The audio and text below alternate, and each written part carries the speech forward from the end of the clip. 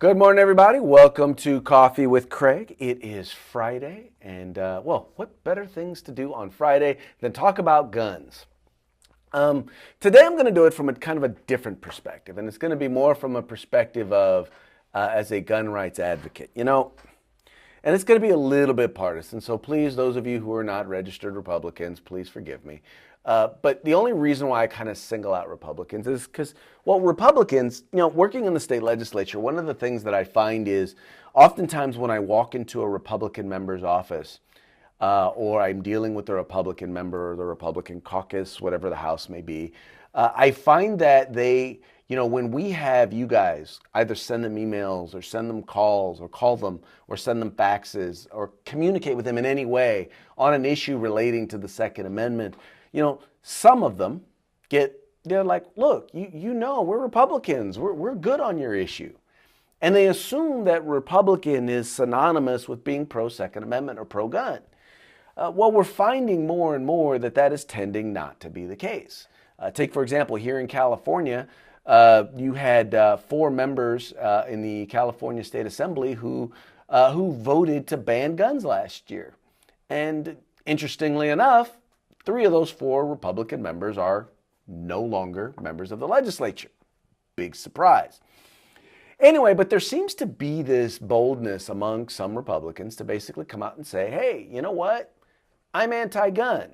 Now, they don't say I'm anti-gun. They use the buzzwords.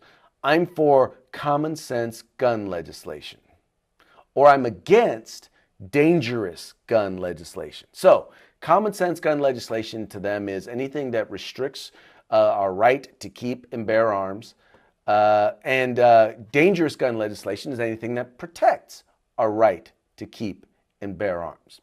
So, with that, we'll talk about our story today. So, in Florida, there is a state senator. Her name is State Senator Anatre Flores. She is a state senator from the southern part of Florida. And, she had come out. There was a bill that was before her committee that basically would have allowed individuals who go to a courthouse to carry into the courthouse and check it in at a security station. Basically, so they wouldn't be allowed to carry the gun into the courthouse, but into the courtrooms or anything like that. But they could come to the courthouse if they had a concealed carry permit. They could come to the courthouse, check the gun into a security station. It would be put in a locker or something like that, and then go in. So that basically it would allow individuals, in particular, attorneys. Was their goal was to protect them so they could conceal carry all the way to their place of business or where they're doing their work in the courts. And then without having to walk all the way back to their car, potentially making themselves a potential victim, they would be able to then pick up their firearm before they leave and go out. That's what the bill had to do with. And the senator supported that bill. But for some reason, she decided to take it upon herself to give a little speech. And in her little speech, she decided to say, if this bill were ever to expand, which, by the way, it wasn't going to expand. The author made it very clear it wasn't going to expand. If this should ever expand, if this should ever include any other areas, well, then I would have a very hard time supporting this bill because, I support gun-free zones. I'm against guns in schools. And then proceeded to go on what amounted to about a 5-minute diatribe against the Second Amendment and against what you and I would call common sense firearms legislation. She basically used it as her coming out party to say, I'm anti-gun, and then proceeded to pose for a photo with Moms Against Action, with Moms Demand Action member. And basically, like I said, this was her coming out and saying, hey, I am anti-gun. Now, she's not alone. She's not alone. Here in California, we have a state senator, or state assemblyman, assemblywoman, Catherine Baker, who decided she was going to introduce an anti-gun bill. In her bill, it includes a need to have a warning that says that if there's a gun in your home, you're more likely to commit suicide or it's more likely to be a homicide. And also increases the requirement in order to pass the firearm safety certificate exam. But, and The only reason that the member in particular is doing this is because, they want to cozy up to Moms Demand Action, the Brady campaign, because they believe they have to stand up for their district. They have to vote their district. They have to support the positions that they believe their constituents have. And, and they were hoping that we would, they hope that we would understand. Well, my position, quite frankly, is this, is you are our constituents. And we have a responsibility, the Firearms Policy Coalition and other gun rights advocacy groups, we are in a position where we need to stand up and advocate for you, for your rights, the positions that you believe we should be taking. And that is to protect the Second Amendment and to expand protection of the Second Amendment whenever possible, and to come up against those who would seek to fight against that. So, having said that, my statement, my belief is, well, you know what? Great, Mr. or Mrs. elected official, you vote your constituents. You represent your constituents and propose legislation that's consistent with your constituents. And we will oppose that legislation. And we will make sure that everybody knows how you voted and the legislation that you put forward. And hey, you know what? If you're voting your district, if you're representing your district, then it really shouldn't matter what we have to say, should it? Unless you believe we happen to be right. But that's up to you. And I get tired of this. Here's the thing. Let me tell you about, quote unquote, voting your district. Hopefully, I would like to believe that people, when they run for office based on their values. And they stand up and they represent themselves, who they are. Because I'm like this, if you lie about who you are to get power, you will lie about who you are to keep it. Which basically means you're a liar. Which I guess most people think most politicians are anyway, but that, once again, that's another topic for another Coffee with Craig. But here's the thing. Don't tell me that, gosh, if I were in another district, or if this representative were in another district, they would probably be better on your issue. Let me just tell you something.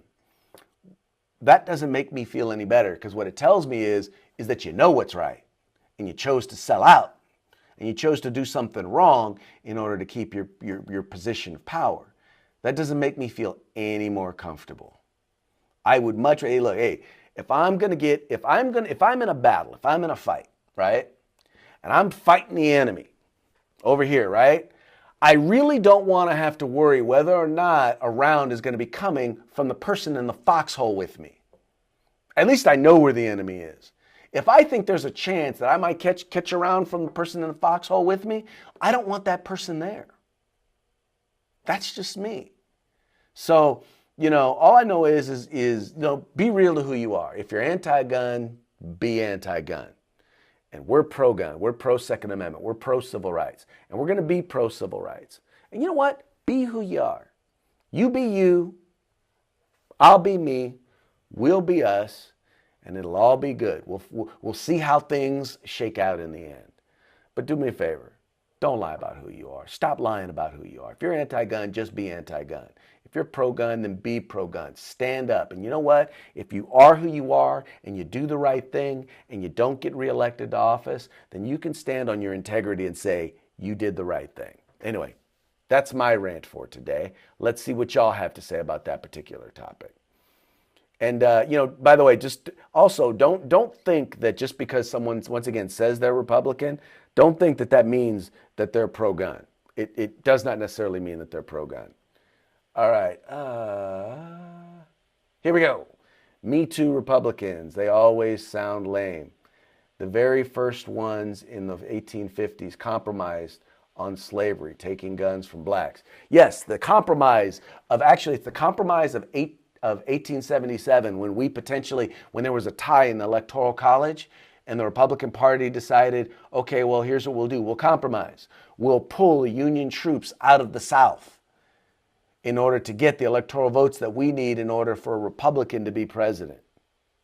Yeah, Republican Party sold out.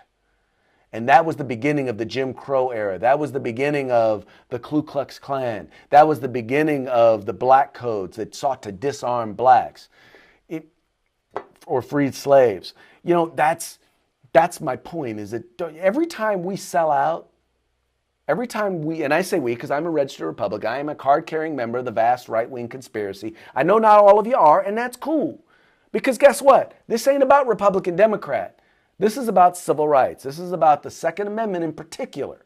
I don't care. You can be red, green. You can be, I don't care what party you are. Do you believe in the Second Amendment? Do you believe in the right to keep and bear arms? That's what's important to this discussion. And when I talk with legislators, I make sure they know, hey, I get you. You know me. You know that, yeah, I believe in the Republican Party. Well, I at least believe in Republican values. But here's what you don't know. What you don't know is I'm here working on behalf of the Second Amendment. And when I advocate, I'm not concerned. I'll work with a Democrat that's interested in supporting the Second Amendment. And there are a few of them in the California legislature. Very few, but there are a few of them. So if we're going to talk policies, because I firmly believe that why do political parties exist? Why do politics exist? It's not so that you can have the red versus the blue, the Crips versus the Bloods. It's not us against them. It's about policy and how that impacts people. And if you're not going to be serious about the policy, I support Republican Party because I generally support their policies. If the Republican Party starts changing their policies, then I'm going to cease to support the Republican Party. There are a lot of folks out there who, if they believe that the Republican Party ceases to be pro-Second Amendment, they will cease to be Republicans. And Republican electeds, you can't get mad at them for that. You can't say, well, I'll be better than the Democrat. Well, that hasn't necessarily proven to be the point.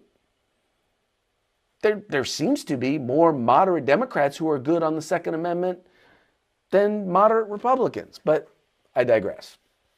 Let's see what else y'all have to say. Is there a good site to find out how politicians voted on legislation? Firearmspolicy.org. That's firearmspolicy.org. We actually, and here's how we break it down. We actually list every vote, every gun vote that Republicans take, or not Republicans, that the state legislators take. We break it down. So if you're on like public safety, if a member's on public safety, they're obviously going to have more opportunities to vote on firearms legislation. If they're on appropriations, they'll have a better chance to vote on firearms legislation. If they're, obviously if they don't sit on any of those, then they're only going to vote on stuff that actually makes it to the floor of their particular house. So, but we want to make sure that people know how people voted on everything, not just the high profile bills. We don't pick and choose bills in order to make members look better or worse. We take the votes and there it is. And you decide, you decide, where they're at. But yeah, firearmspolicy.org. We do a report card every year. Matter of fact, I think I'll look it up and I'll actually put the link in the thread here so that you can see how members voted. And by the way, it's not just how members voted, it's did they author or co-author legislation, good or bad.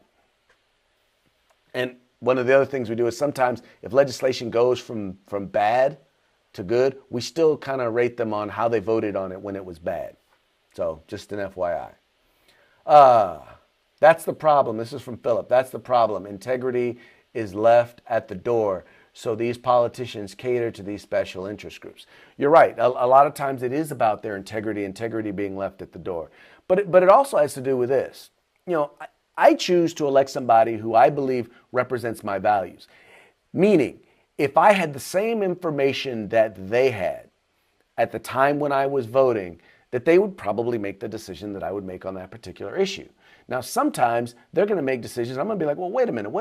What's up with that? And I need to find out what was the information that they had at the time. So it's important to note that. But, I'm not one who will just jump down somebody's throat. Like, and once again, I'll take, for example, Assemblywoman Catherine Baker. She is someone who's never necessarily been pro-gun. She voted very, very badly in the last election. But the thing is, she's also never purported herself to be pro-gun. And she's also, though, never authored legislation that specifically stuck your finger in the eye of those who believe in the Second Amendment, like she is now. So we shall see. We shall see. Straight up truth. if I buy my guns to hide them from Jerry Brown and forget where I buried them, what is the worst that could happen? You don't want to know the worst. I tell you, you want to know the worst? Call a lawyer. That's all I'm going to do. Your lawyer can probably tell you what the worst that will probably happen to you is. That was very funny, Mr. Chambers. I very much enjoyed that one. Love your common sense, bipartisan, results-based approach. Keep up the work. Keep up the great work. Yes, we do try to be bipartisan. In California, you have to be. You can't get anything done if you don't work with Democrats because, quite frankly, there are supermajorities in both houses here in the California legislature. Now, that doesn't mean that we ascribe to where most Democrats seem to stand on the Second Amendment in these California bodies. But we try to appeal to things that do make sense to them. That's why we reach out to the ACLU. We reach out to the public defenders. We reach out to organizations that don't necessarily support us on our issue, but they realize that our issue impacts something that is core to their values. And we get them to be involved and get engaged. And sometimes when they won't listen to us, they'll listen to them. That's how we choose, or that's how we try to be effective here in the state of California. And we found it to be effective. You know, as bad as some of the legislation was that got signed into law last year, 2/3 of the bad bills we killed. 2/3 of them either